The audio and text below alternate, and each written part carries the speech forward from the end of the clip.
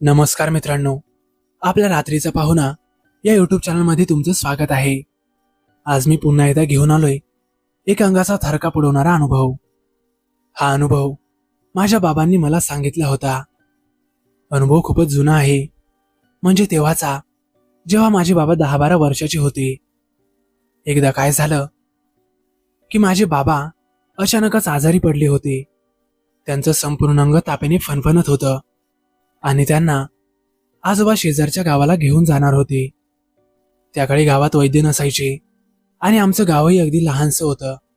जर गावात कोणी आजारी पडलं तर त्याला थोडं लांबवर, म्हणजेच 5-6 किलोमीटर अंतरावर असलेल्या एका शहरात न्यावं लागायचं, कारण गावोगावी वैद्य नसायचे, फक्त शहरी भागातच वैद्य असायचे। त्यामुळं जरी कोणी रात्री अपरात्री जरी आजारी पडलं तरी त्यांना बैलगाडीत टाकून शहरापर्यंत नेलं जायचं। तर बाबांनाही तसंच आजारी पडल्यामुळे आजोबा बैलगाडीत टाकून शहरात घेऊन जाणार होते। वेळ जवळपास रात्रीचे 8 वाजले होते, पण पोरगं तापेने फणफणतय म्हणून आता रात्र का असेना नेणं तर गरजेचं होतं। त्यांनी लगेच बैलगाडीत तणस टाकली।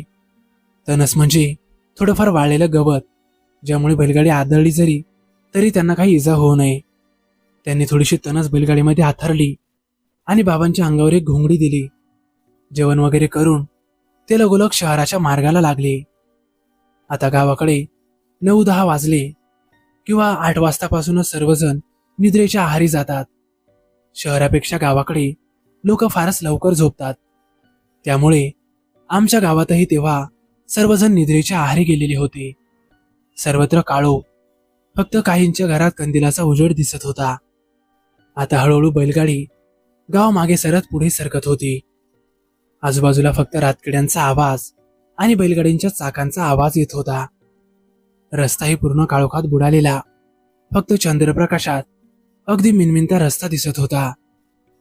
बराच वेळ झाला, गाव आता बरंच मागे पडलं होतं।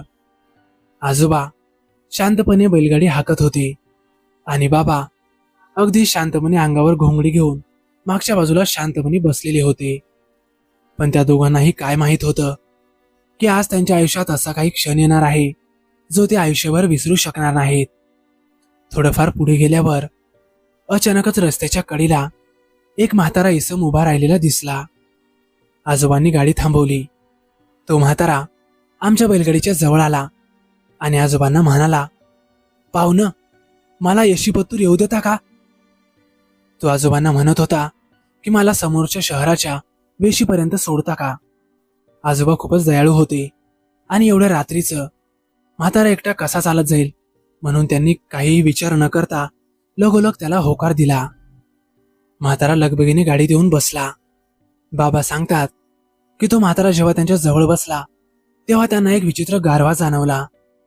त्यांच्या अंगावर घोंगडी असूनही त्यांना त्या म्हाताऱ्याच्या अंगाचा गारवा एकदमच स्पष्टपणे जाणवत होता।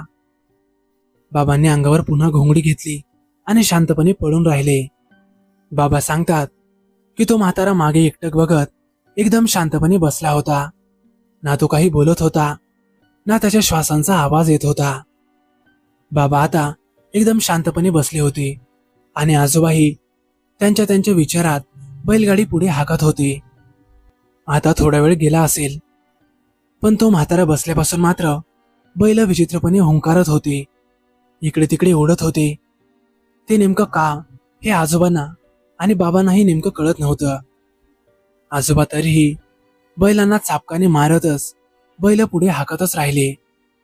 आता बराच वेळ गेला आणि आमच्या 2 गावांना दोन गावांच्या मधोमध एक भलं मोठं पिंपळाचं झाड आहे। अनेक गावकरी म्हणतात की त्या झाडापाशी काहीतरी विपरीत आहे। अनेकांचं तर असं म्हणणं आहे की त्या झाडापाशी एका प्रवाशाला दरोडेखोरांनी मारलं होतं आणि म्हणूनच तेव्हापासून त्याचा आत्मा त्या झाडावर भटकत राहतो। अनेकांना तो दिसला देखील, असं गावकऱ्यांच्या अफवा आहेत। पण माझे आजोबा फारच धाडसी होते आणि बाबाही, म्हणजे त्यांना कधी भूताखेताचा अनुभव आलाच नव्हता, त्यामुळे नेमकं भूत काय असतं हे त्यांना तेव्हा माहीतच नव्हतं। त्या झाडापाशी जाताच अचानकच बैल जागीच थांबले आणि मग हळूहळू मागच्या बाजूने सरू लागले। आता नेमकं असं ते का करतायत हे आजोबांना आणि बाबांना देखील कळत नव्हतं, कारण बैलांसाठी तर हा रोजचाच रस्ता होता.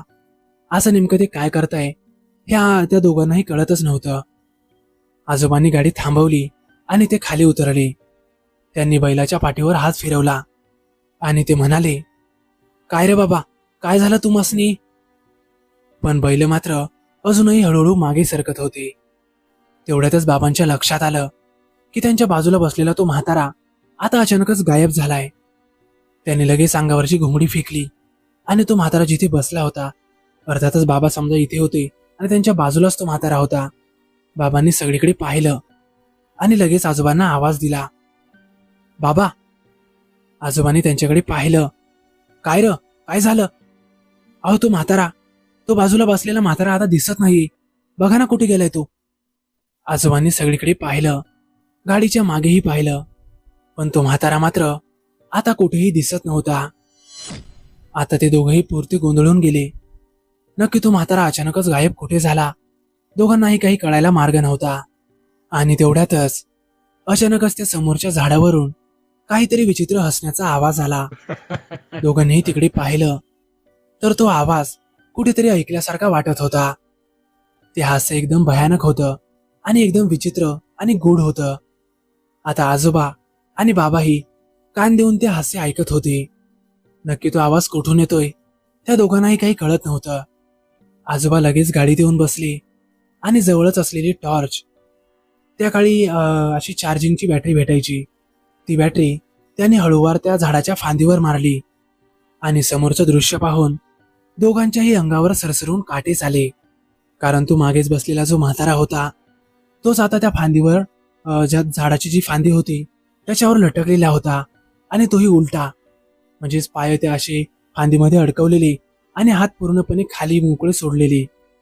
तो उलटा लटकलेला आणि त्याचा चेहरा एकदम विपरीत आणि विकृत दिसत होता. आता आजोबा तर घाबरलेच आणि बाबा तर मोठ्याने किंकाळलेच. त्या दोघांनाही कळत नव्हतं की नक्की हा म्हातारा गाडीतून गायब होऊन त्या झाडावर कधी गेला आणि त्याच्या चेहऱ्याला काय झालं. आजोबांना बहुतेक ही गोष्ट कळाली होती. त्यांनी लगबगीने चाबूक घेतला आणि बैलांच्या पाठीवर सपासपा मारला.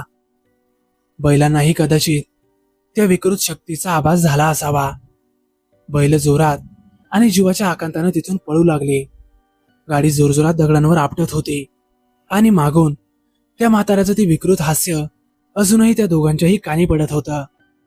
आजोबा फक्त बाबांना एवढंच म्हणाले, काहीही झालं तरी अजिबात मागे वळून पाहूच नको. बाबांनी पूर्ण घोंगडी अंगावर घेतली आणि अजिबातच वळून पाहिलं नाही. वळून पाहायचं तर सोडाच, त्यांनी अंगावरची घोंगडी काढली सुद्धा नाही. आजोबांचं संपूर्ण अंग घामाने ओलचिंब झालेलं होतं. 10-15 मिनिटातच ते दोघेही शहरात पोहोचले.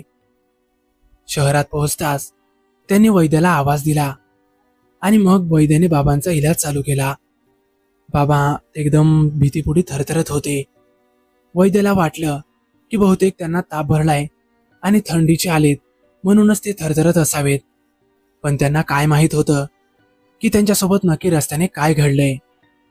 वैद्याने त्यांना गोळ्या वगैरे दिल्या आणि मग आजोबा आणि माझे बाबा दोघेही तिथून बाहेर पडले. शेजारच्याच गावात म्हणजे त्या शहरात आमचे काही नातेवाईक राहत होते. आजोबा बाबांना त्यांच्या घरी घेऊन गेले. तिथे बैलगाडी सोडली आणि रात्रभर तिथेच राहिले. दुसऱ्या दिवशी ते दोघंही घरी आले. घरी येताच बाबा सर्व घडलेला प्रकार घरच्यांना सांगत होते, म्हणजे त्यांच्या आईंना, म्हणजेच माझ्या आजींना आणि घराच्या बाकी लोकांनाही. सर्वजण तो अनुभव ऐकून चकितच झाले. पण आजोबा ती गोष्ट उडवून लावत म्हणाले, हे असं काय बी नसतं या, भूतभीत कुठं असतंय वय, ते म्हातारा आपली मजा घेत होतं, तू काय बी म्हणतो या. ते असं म्हणाले खरं. बहुतेक तेव्हा बाबा लहान होते म्हणूनच त्यांना भीती वगैरे वाटू नये म्हणून ते असं म्हणले असावेत. पण आता मात्र जेव्हा कधी मी त्यांना हा अनुभव विचारतो तेव्हा सांगताना त्यांच्याही अंगावर काटे येतात.